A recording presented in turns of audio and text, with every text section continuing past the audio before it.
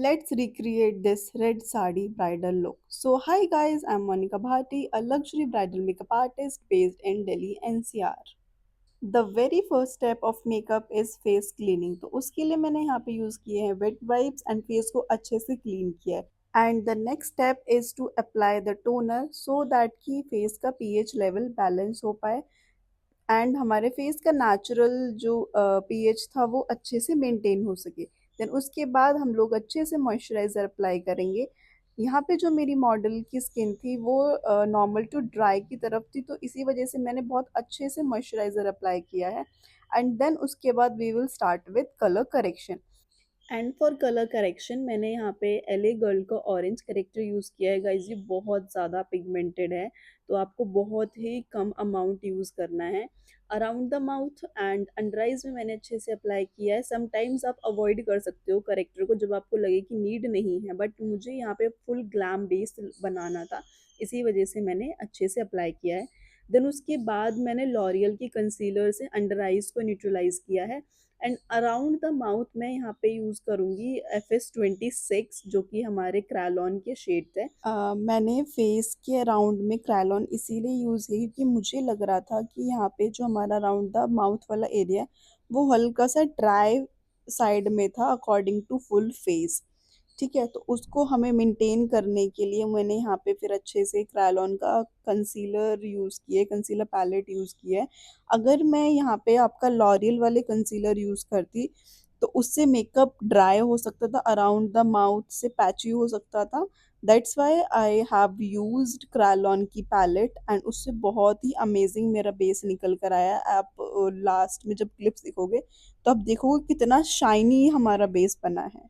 And the best part of the makeup is applying blusher. Guys मेरे को personally blusher apply करना बहुत ज़्यादा पसंद है, इसी वजह से मैं हमेशा ब्लशर्स के साथ खेलती हूँ।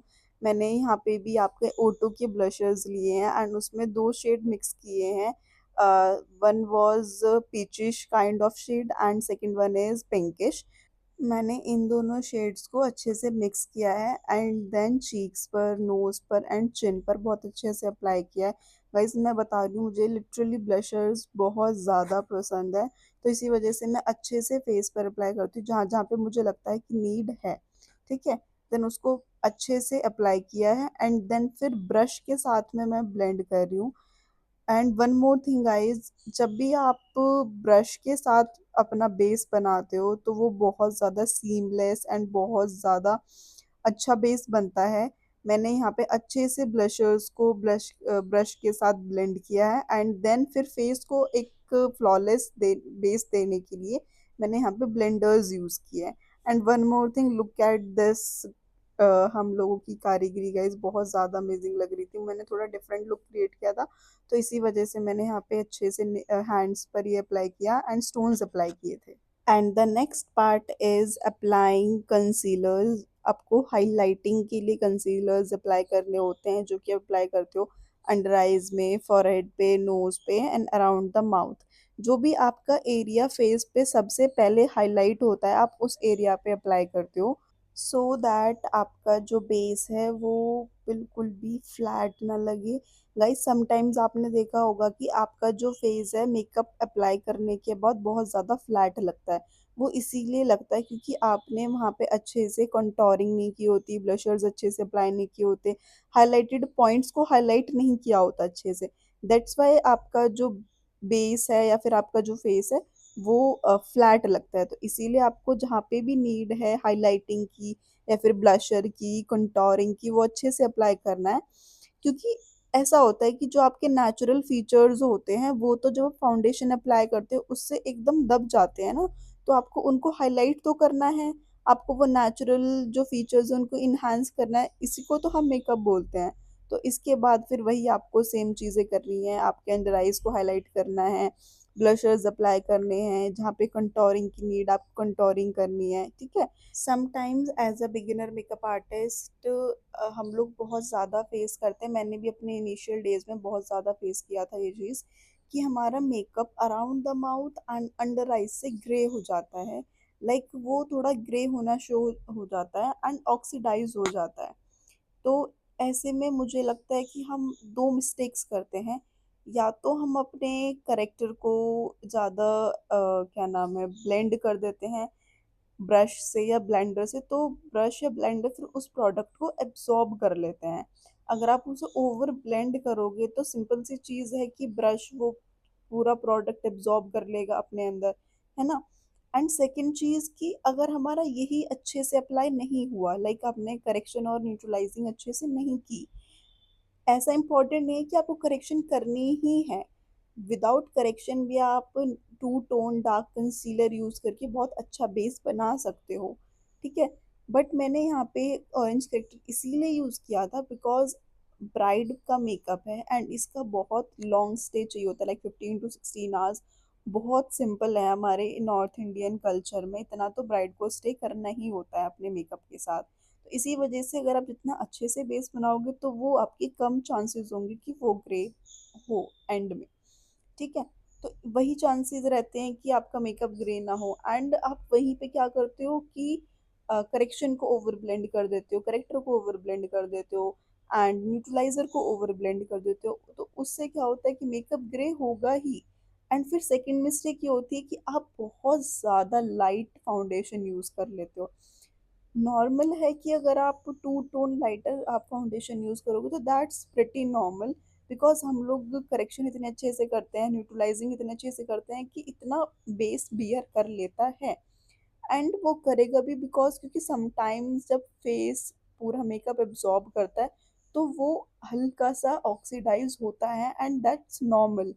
बट अगर आप बहुत ज़्यादा लाइट करोगे तो उससे ना वो एब्जॉर्ब करेगा एंड फिर उसके बाद मेकअप ग्रे होना विजिबल हो जाएगा। तो ये बहुत मिस्टेक्स हैं जो as a beginner makeup artist मैंने भी फेस किया एंड मैं सुनती हूँ कि बहुत सारे आर्टिस्ट फेस करते हैं।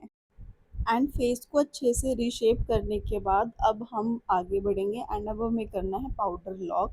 बिकॉज ये जो आपका वेदर फिलहाल का हो रखा है बहुत ज़्यादा ह्यूमिड है एंड इस वेदर में आपका मेकअप स्लिप होने के बहुत ज़्यादा चांसेस होते हैं। तो ऐसे में आपको अच्छे से पाउडर लॉक करना है विद आपका loose powder and under eyes में, माउथ के अराउंड, फोरहेड में, एंड जहाँ जहाँ पर आपको बहुत ज़्यादा स्वेटिंग होती है वहाँ पे अच्छे से पाउडर को थोड़ी देर प्लेस करना है, देन उसके बाद रिमूव करना है। तो इससे आपके चांसेस कम होंगे स्वेटिंग से मेकअप रिमूव होने के। एंड वन मोर थिंग, ऐसा नहीं हो सकता कि आपका मेकअप स्वेटिंग से नहीं निकले, क्योंकि आपका जो स्वेटिंग होती है उसमें सीबम होता है, राइट। तो सीबम एक ऑयली सब्सटेंस है जिससे मेकअप निकलेगा ही निकलेगा। आप खुद देखो, जब आप मेकअप रिमूव करते हो या तो आप क्लिनजिंग मिल्क से रिमूव करते हो या फिर आप ऑयल से रिमूव करते हो, राइट। तो उसमें सब में ऑयली सब्सटेंस होते हैं, इसी वजह से आपका जो मेकअप है वो रिमूव होता है उनसे ईजिली। तो सेम ऐसी स्वेटिंग का सीन है, स्वेटिंग में भी आपके सारे सब्सटेंसेस होते हैं, तो इसी वजह से आपका मेकअप रिमूव होता ही होता है। एक लिमिट तक हम मेकअप को होल्ड कर सकते हैं, स्वेटिंग से रोक सकते हैं, बट ऐसा नहीं है कि पर्टिकुलर आप पूरा ही 100% रोक लोगे। अगर आप किसी पार्टी फंक्शन में जा रहे हो और आपको स्वेटिंग आ रही है तो आपको सबसे पहले फैन या एसी वगैरह के सामने खड़ा होना है एंड उसको पूरा ड्राई होने देना है। देन उसके बाद फिर आपको ड्राई टिश्यू से उसको डैब डैब करना है। ड्रैग नहीं करना है बिल्कुल भी, सेम पोजीशन पे आपको सिर्फ डैब करना है, उससे जो आपका प्रोडक्ट था वो वहीं पर सेट हो जाएगा। एंड अगर हो सकता है तो कॉम्पैक्ट के साथ एक बार डैब डैब कर लो तो वो फुली आपका वहीं पे सेट हो जाएगा।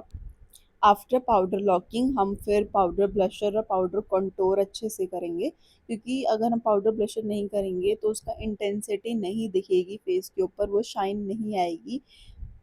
तो उसके लिए हमें अच्छे से पाउडर ब्लशर और पाउडर कंटूर फिर से करना है एंड इस तरीके से आपका बेस ऑलरेडी बहुत अच्छे से बन गया है।